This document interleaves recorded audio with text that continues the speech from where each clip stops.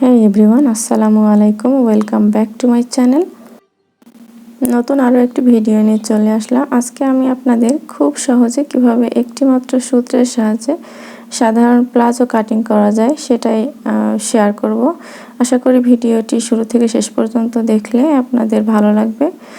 তো চলুন শুরু করা যাক। প্লাজোটি কাটিং করার জন্য আমি এখানে 2 হাত বহরের 2 গজ 4 গিরা পরিমাণ কাপড় নিয়ে নিয়েছি। কাপড়টিকে প্রথমে আমি মাঝখান থেকে সমানভাবে ভাঁজ করে 2 পার্ট করে নিয়েছি। এরপরে আরও একবার ভাঁজ করে টোটাল 4 পার্ট করে নিয়েছি। আমি যে সাইডে রয়েছি সেটি হচ্ছে বন্ধ সাইড আর অপোজিট সাইডটা খোলা। তো প্রথমে আমি ফিতার ঘরের জন্য 2 ইঞ্চিতে একটা দাগ কেটে নিচ্ছি। আমি এখানে ফিতা ইউজ করব, তো আপনারা যদি রাবার ব্যবহার করেন তাহলে অবশ্যই 3 ইঞ্চি থেকে 3.5 ইঞ্চিতে একটা দাগ কেটে নেবেন। এবারে আমি লেন্থের মাপটা নিয়ে নিচ্ছি। তো আমার সালোয়ারটির অ্যাকচুয়াল লেন্থ হচ্ছে 37.5 ইঞ্চি পরিমাণ। আমি ফিতার ঘরের জন্য 2 ইঞ্চিতে যে দাগ কেটে নিলাম তার নিচের থেকে 37.5 ইঞ্চিতে একটা দাগ কেটে নিচ্ছি। আমি সবসময় একটা কথা বলি, আপনারা যদি পুরাতন গার্মেন্টস থেকে মাপ নেন তাহলে একটু বেশি করেই নেবেন, কারণ ধোয়ার পরে কাপড়টা কিন্তু অনেকটা কমে যায়। তো আপনারা যদি নতুন গার্মেন্টস থেকে মাপ নেন এক্ষেত্রে এ ধরনের কোনো প্রবলেম হবে না। তো আমার সালোয়ারটির অ্যাকচুয়াল লেন্থ হচ্ছে 37.5 ইঞ্চি পরিমাণ। আমি 37.5 ইঞ্চিতে মার্ক করে নিচ্ছি এবং আরও 1.5 ইঞ্চি পরিমাণ এক্সট্রা নিচ্ছি আমি নিচের অংশটা ভাঙার জন্য, অর্থাৎ নিচের প্লেট ভাঙার জন্য। তো এখানে আমি আরও 1.5 ইঞ্চি অর্থাৎ 39 ইঞ্চিতে আমি আরও একটা দাগ কেটে নিচ্ছি।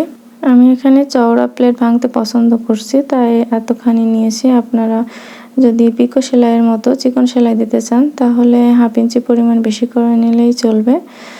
তো যাই হোক, এবারে আমি হায়ের লম্বার মাপটা নিয়ে নেব।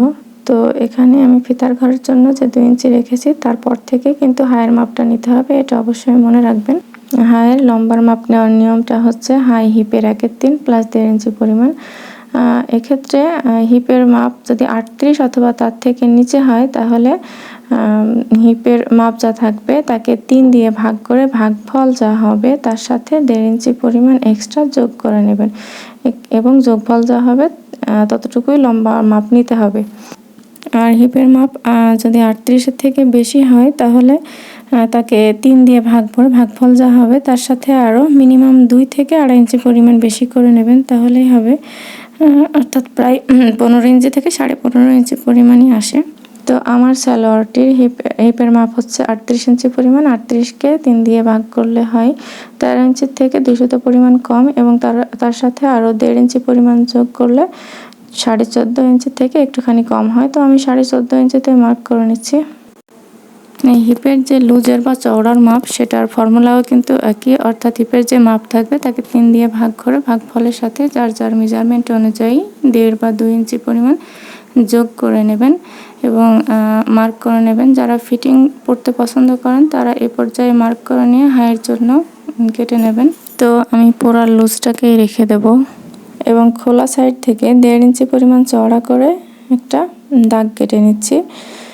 এটা হচ্ছে হাইয়ের জন্য। তো এখানে আমি কোনাকুনি 1 ইঞ্চিতে হাইয়ের রাউন্ড শেপটা দিয়ে নিচ্ছি। এবারে আমি পায়ের মোহরার মাপটা নিয়ে নেব। তো এই পায়ের মোহরা নেওয়ার সর্বনিম্ন আপনারা 12 ইঞ্চি, 12 অর্ধেক করলে হয় 6 ইঞ্চি থেকে শুরু করে 7 ইঞ্চি 8 ইঞ্চি, এটা আপনাদের প্রিফারেন্স অনুযায়ী নিয়ে নেবেন। তো যারা এরকম ছোট মুখের সালোয়ার পরতে পছন্দ করেন তারা এভাবে করে দাগ কেটে নেবেন। তো আমি এখানে পুরা লুজটাই রেখে দেবো মোহরের জন্য। এবারে আমি দাগ অনুযায়ী কাটিং করে নিচ্ছি। প্রথমে আমি প্লাজোর হায়ের অংশটা কেটে নিলাম, এরপরে নিচে মোহরের অংশটা আপনারা আপনাদের পছন্দ অনুযায়ী কেটে নেবেন।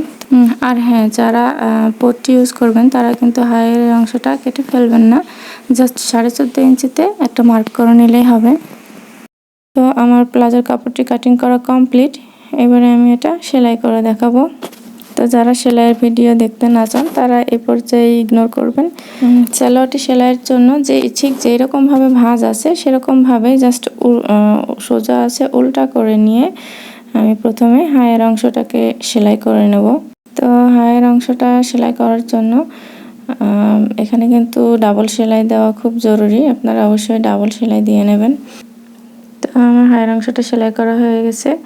এবারে আমি ফিতার ঘরের জন্য সেলাই করে নিচ্ছি। এখানে ফিতার ঘরের জন্য মাঝখানে 1 ইঞ্চি রেখে সেলাই বসিয়ে দেবেন। এরপরে এটাকে এই সেলাই যে করলাম এটাকে আনফোল্ড করবেন।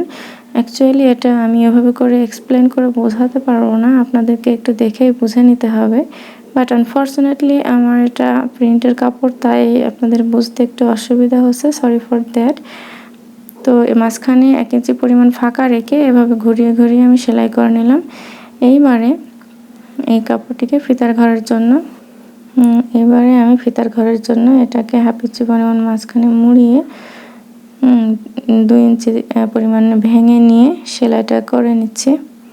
তো আপনারা যারা রাবার লাগাবেন তারা প্রথমে 1/2 ইঞ্চি পরিমাণ ভেঙে নিয়ে তারপরে রাবারটাকে সেলাই করে রাবারটাকে ভিতরে ইনসার্ট করে এভাবে করে সেলাই করে নেবেন। তো এবারে আমি পায়ের মোহরের জন্য যে প্লেটটা সেটাকে ভেঙে নিচ্ছি। আপনারা চাইলে এখানে পিকো সেলাই দিয়ে নিতে পারেন, অর্থাৎ চিকন করে সেলাই দিয়ে নেবেন। তাই তো আমি আসলে এখানে চওড়া প্লেট ভেঙে পড়তে পছন্দ করি, তার জন্য এখানে 1.5 ইঞ্চি পরিমাণ ভেঙে নিচ্ছি। তো আমার পায়ের মোহরের অংশটাও দোনোটাই সেলাই করা হয়ে গেছে। এবারে আমি মাঝখানে হায়ের অংশটা সেলাই করে নিচ্ছি, অর্থাৎ সালোয়ার পায়ের মোহরটা সুন্দর করে একসাথে করে নিয়ে সমানভাবে সেলাইটা বসিয়ে দিচ্ছি। আপনারা চাইলে এই সেলাইটা কিন্তু ডাবল করেও দিতে পারেন। তো আমার প্লাজোটা বানানো অলমোস্ট কমপ্লিট। ভিডিওটি যদি আপনাদের কাছে হেল্পফুল মনে হয় তাহলে লাইক দেবেন এবং শেয়ার এবং সাবস্ক্রাইব করে সাথেই থাকার অনুরোধ রইল। আবারও দেখা হবে নতুন কোনো ভিডিও নিয়ে। সে পর্যন্ত আল্লাহ আপনাদের সবাইকে ভালো রাখুন। আল্লাহ হাফেজ।